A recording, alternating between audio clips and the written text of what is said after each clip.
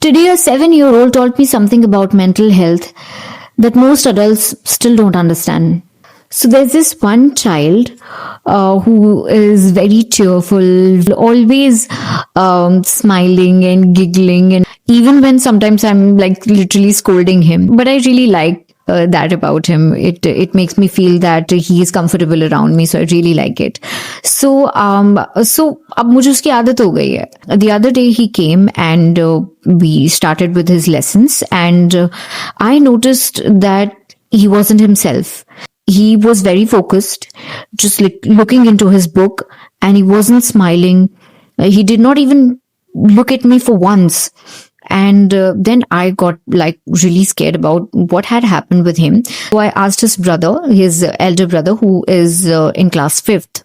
He told me that afternoon he had locked himself up in a room and he couldn't get out of it, and he was crying from inside. His parents were shouting from outside, but he just could not get himself out of that room.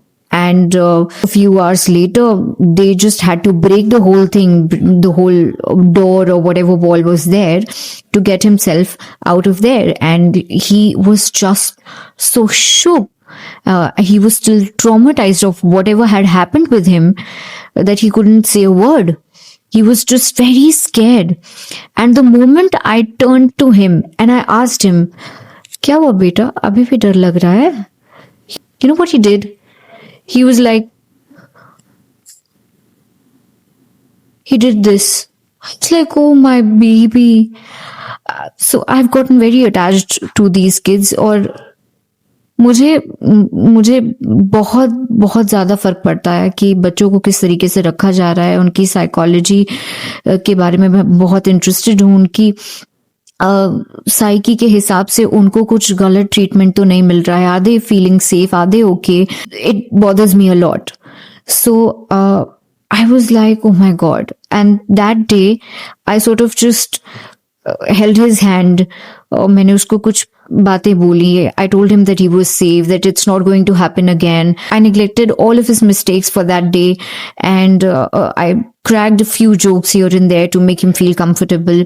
And by the end of the day, he went home smiling and laughing again. And that is the reason I also tell these small kids to call me Didi, so that एक connection बन जाए. क्योंकि ma'am कहने से वो जज्बात नहीं convey हो पाते हैं जो दीदी कहने से आते हैं.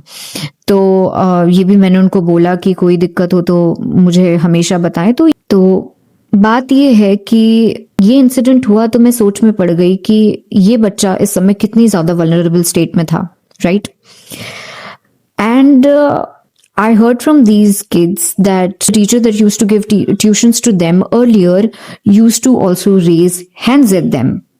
और मैं सोच में पड़ गई कि अगर ये बच्चा आज इसी स्टेट में उनके हाथों पिट गया होता, मार खा गया होता, डांट खा गया होता, तो उसके जहन पे क्या असर पड़ता, क्या कैफियत होती उसकी, और ये कितना गलत होता. उतना ज्यादा डरा हुआ था. और मैं ये देख के हैरान थी कि वो इतना ज्यादा अभी तक डरा हुआ है, जबकि वो चीज हो भी चुकी है. उसे आवाज, मैंने उससे पूछा भी कि तुम्हें आवाज सुनाई दे रही थी अपने पेरेंट्स की बाहर से? He said yes, I could hear them. लेकिन वो फिर भी डरा हुआ था, क्योंकि वो पहली बार किसी ऐसी जगह फंस गया जहां से उसे लगा शायद वो निकल नहीं पाएगा. क्या पता किस तरीके के थॉट्स आ रहे हैं उसे. तो मैंने सोचा कि फर्स्ट ऑफ ऑल कि थैंक गॉड कि दूसरी टीचर के हाथों ये बच्चे नहीं थे. बट द थिंग इज कि, और मैं ये सब इसलिए नहीं कह रही हूँ कि मैं खुद को अच्छा दिखाना चाहती हूँ कि देखो मैं बड़ी अच्छी हूँ. बट द थिंग इज, ये सोचने वाली बात है about what these kids go through when they are under pressure or when they're scared, when something bad happens with them. What struck me wasn't that the child got scared. Anyone could. What struck me was how differently adults respond to fear in children. When a child is scared, anxious, overwhelmed, or embarrassed, we often focus on their behavior instead of their emotional state. They're distracted, they're making mistakes, they're crying, they're not listening, and we try to correct their behavior. But behavior is often a symptom. The real question is what is happening underneath that behavior. Children don't have the emotional vocabulary that adults do. They can't always say, I'm still processing what had happened with me, or I'm feeling unsafe. My nervous system is still on high alert. So their emotions come out as silence, tears, irritability, mistakes, or withdrawal. And this is where adults can make a huge difference. Because a child who's met with patience learns, even when I'm struggling, I'm worthy of kindness. But a child who's met with anger learns, my emotions are a problem. The incident reminded me that mental health begins in childhood. Just the way we've all heard about this, but we don't understand it enough. And we don't value it enough. It begins with adults who teach children whether this world is a safe place, whether mistakes are survivable, and whether emotions are something to be punished or understood. Children borrow emotional regulation from adults before they learn it themselves. Sometimes they don't need advice. They don't need discipline. They definitely do not need a lecture.